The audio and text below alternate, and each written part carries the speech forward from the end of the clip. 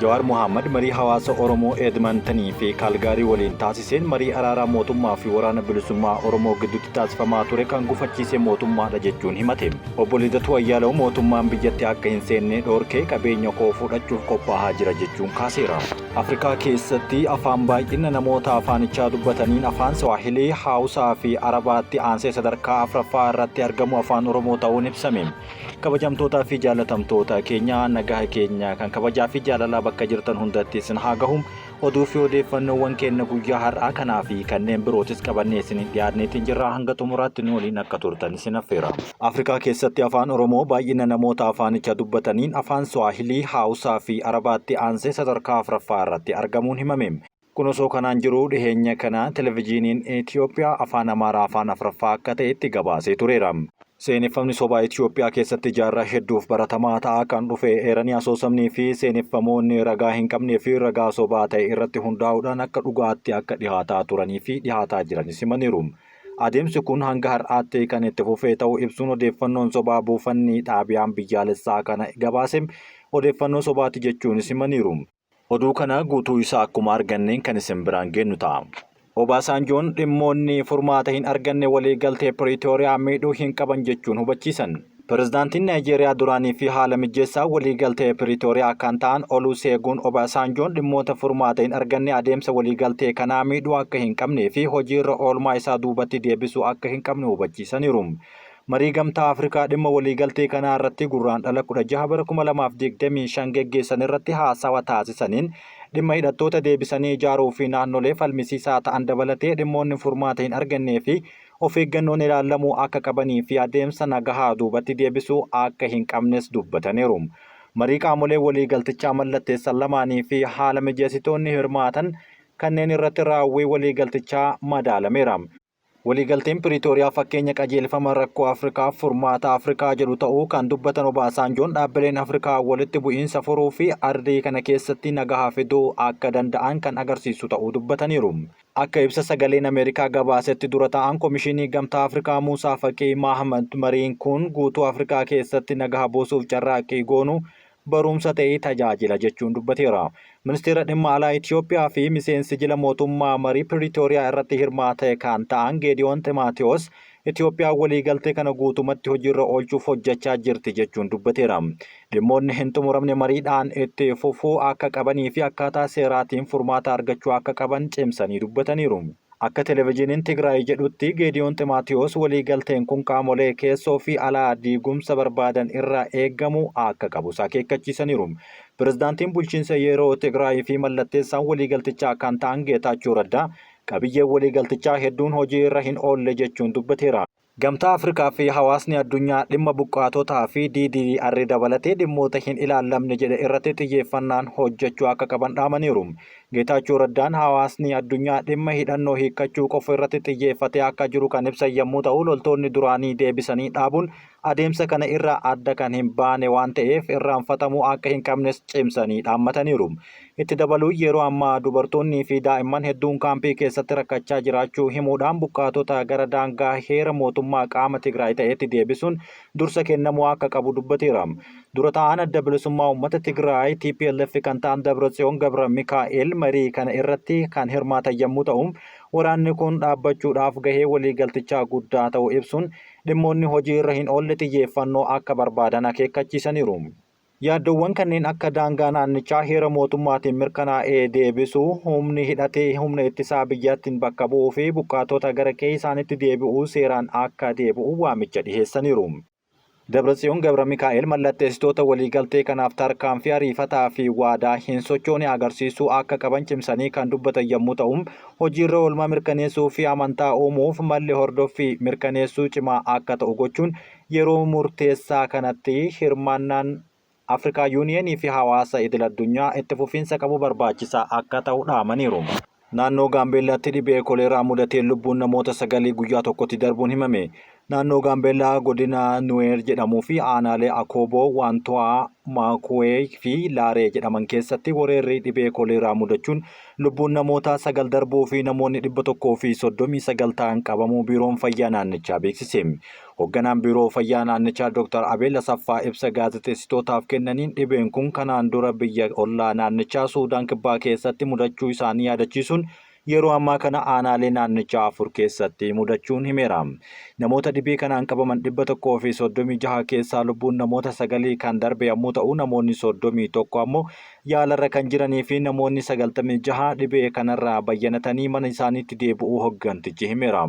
Aanaalee 4 dhibeen kun jirutti garee ogeeyyii fayyaa erguun qorichaa fi meeshaalee yaalaa geessuu akka danda'ame kan akeekan yommuu ta'u, dhibichi gara naannolee birootti akka hin tamsaane hawaasni qulqullina naannoo isaa eeggachuu akka qabus hubachiisaniiru.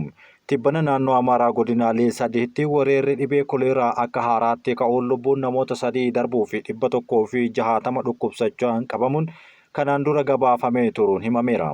Mootummaan akka biyyatti hin deebine na dhorkee yoo qabeenya kan koo fudhachuufis qophaa'aa jira jechuun Lidatuu Ayyaaluu himate. Tibbana Ameerikaa irraa daandii xayyaara Itiyoophiyaatiin imalli gara Itiyoophiyaa taasisuuf ture imbaasii Itiyoophiyaatiin dhorkamuu kan dubbate namni siyaasaa obbo Lidatuu Ayyaaluu mootummaan qabeenya isaanii dhuunfachuuf qophaa'aa akka jiru himateera. Obbo Lidatuun xalayaa dhaabbilee mirga namoomaa idil addunyaa fi ergamtoota dippiloomaasiitiif barreessaniin nama biyya hin qabne ta'utti akka jiru ibsuun mootummaan qabeenya koo kan umrii koo guutuu faajee argadhe fudhachuudhaaf qophaa'aa jiraachuu hinatti himaniiru jechuun himateera. Mootummaan qabeenya koo kan umrii koo guutuu faajee argadhe fudhachuuf qophaa'aa jiraachuu natti himaniiru jechuun barreessee kan ta'e yommuu ta'u, itti dabaluudhaan muummichi ministeeraa Dr. Abiy Ahmad walgahii qondaaltota mootummaa ol'aanoo waliin taasisan irratti gonkumaa gara biyya kootti akka deebi'u akka naaf hin hayyamnes ifatti ibsaniiru jechuun obbo Lidatuun dubbateera. Obbo Lidatuu Ayyaaluu gurraandhala 10 tikeettii balallii mirkanaa'ee fi paaspoortii Itiyoophiyaa seera qabeessa ta'e qabatanii Ameerikaa Atlaantaa irraa gara Itiyoophiyaatti balali'uudhaaf yaalaa turu garuu sababa uggura imala jala waan jiruuf daandii xiyyaaraa Itiyoophiyaa mootummaan irra qajeelfama naaf kennameera jechuudhaan isaan dhorkuu himatee ture. Itti dabaluunis hojii gaggeessaan daandii xiyyaaraa Itiyoophiyaa obbo Masfiin Taasa'uu mootummaan uggura imala akka kaa'e mirkaneessaniiru jechuunis himeera. Uggurri kun daandii qilleensa Itiyoophiyaan qofa osoo hin taane daandiiwwan qilleensaa gara Itiyoophiyaatti balali'an hundaaf akka oolu kan himan obbo Lidatuun gochi kun sagalee mormitootaa hunda callisiisuuf yaalii godhame jechuunis ibseera. Mootummaan bu'uura seeraa malee lammummaa koo na mulquudhaaf tarkaanfii fudhachaa jira jechuun guyyaadhaa guyyatti himachuutti argama. Kanaan dura miseensa paarlaamaa ta'uun tajaajilaa kan turan obbo Lidatuu Ayyaaluu murtee mana murtii garaagaraa 3 yakka akka hin hojjanne labsuun akka gadhiifaman ajajamus Itiyoophiyaa gadhiisuu isaanii dura ji'oota 5 hidhamuun isaanii beekamaadha.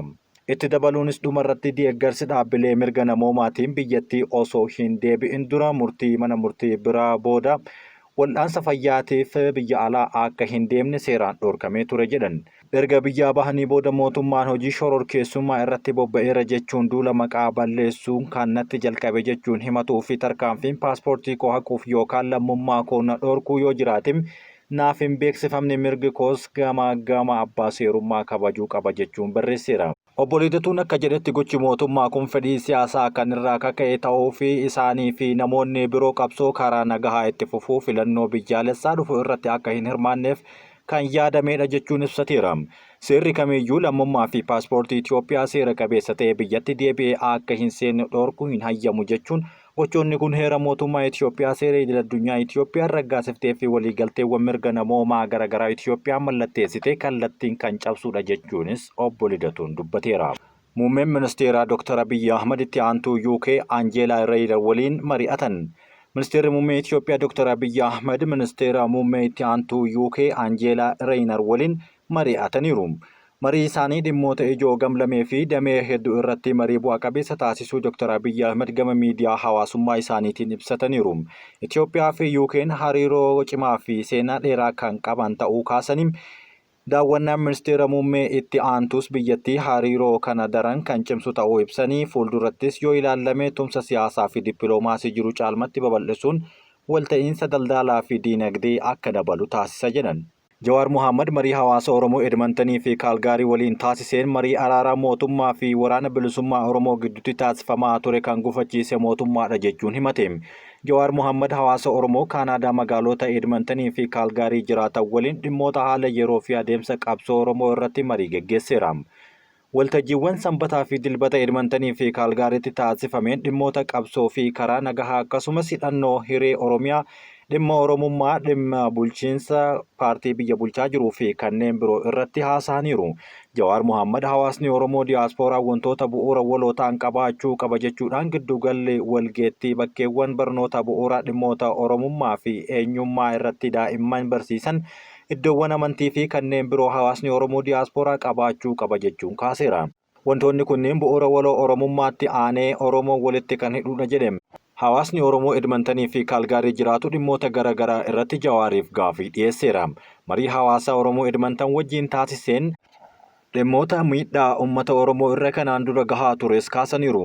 Yaalii araaraa mootummaa fi waraana bilisummaa Oromoo gidduutti adeemsifamaa ture kan gufachiise mootummaadha jechuun kan dubbate Jawaar ijoollee bosona jirtu yookaan warroonni hidhatanii jiran mariif kutannoo qaban jechuun kaaseera.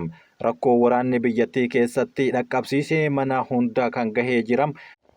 Namni hunduu madaa waraanaa dhandhamaatiin jira jechuunis dubbateera.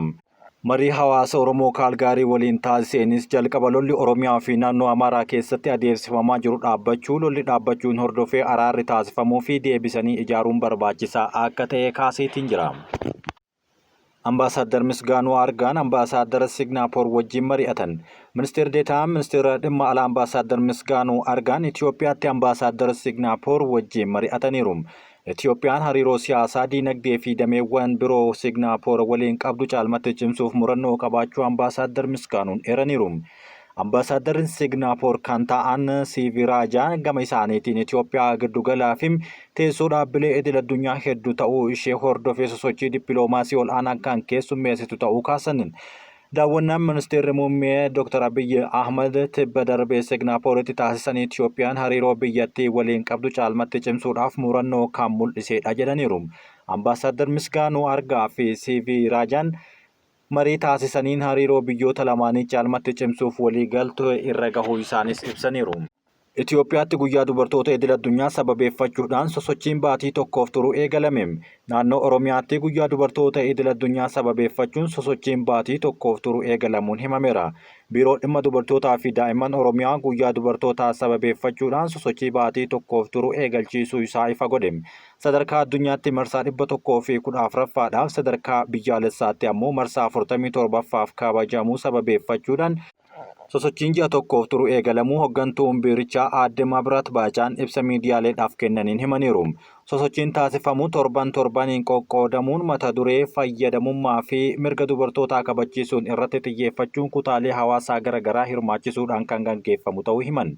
Biirichi ji'oottan 6 darbanitti miidhaa dubartootaa fi daa'imman xiqqeessuu fi qaamolee hawaasaa seektaroota naannoo hoggantoota godinaalee fi magaalotaa fi dubartoota waliigala hawaasa miiliyoona 6.7 hubannoo uumuu geesseera jedhan. Oomishni albuuda warqee Beenishaangul Gumuz baankii biyyaalessaaf dhiyaatu fooyya'uun himame. Haaromsa diinagdee gooroo hordofee oomisha albuudaa warqee naannoo Beenishaangul Gumuz irraa baankii biyyaalessaatiif dhiyaatu fooyya'insi ol'aanaa argamsiisuu pirezidaantiin naannichaa Ashaadlii Hasan himan. Obbo Ashaadlii Hasan yaa'ii mana maree naannichaa irratti gabaasa dhihaasaniin qabeenya albuudaa naannichaa gumaacha diinagdeedhaaf qabu guddisuuf mootummaan naannichaa deeggarsaa fi hordoffii gochaa jiraachuu himaniiru. Walakkaa bara baajataa 2017tti oomishoota albuudaa warqee aadaa fi xixiqqaa akkasumas dhaabbilee garaagaraa warqeen kuntaala 22 caalu baankii biyyaalessaatiif dhiyaatu himaniiru. Gatii warqee fooyya'insa diinagdee gooroo booda dabaluu hordofee hammi warqee karaa seeraan alaatiin ba'aa ture hir'achuu kan himan yommuu ta'u, kun ammoo hamma warqee baankii biyyaalessaatiif naannichaa irraa dhiyaatu sadarkaa ol'aanaan geggeesseera jechuun himeera.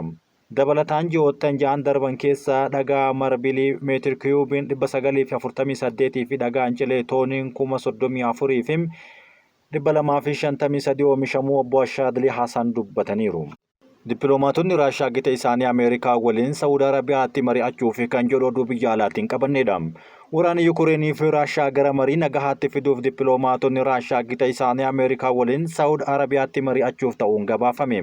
Raashaan jila ministeera dhimma alaa Sergey Lavrov fi gorsaa ol'aanaa Kremlin Yuurii waliin kan ta'u durfamuuf gara Saawud Arabiyaatti ergiteerti. Haaluma wal fakkaatu ministeera dhimma alaa Ameerikaa Maarko Ruubiyoo gorsaa nageenya biyyaalessaa pirezidaantii Tiraamp Maayik Waaltiz fi baha giddu galeessaatti ergama addaa Ameerikaa Steeve Witkoff Riyaadiin galuun himameera. Maricha irratti jilli Yukureen kan hin hirmaanne ta'uu yommuu ibsamu sadarkaa nama dhuunfaatti dippiloomaatiin Kiyeviin bakka bu'uun hirmaatu jiraachuu mala jedhameera.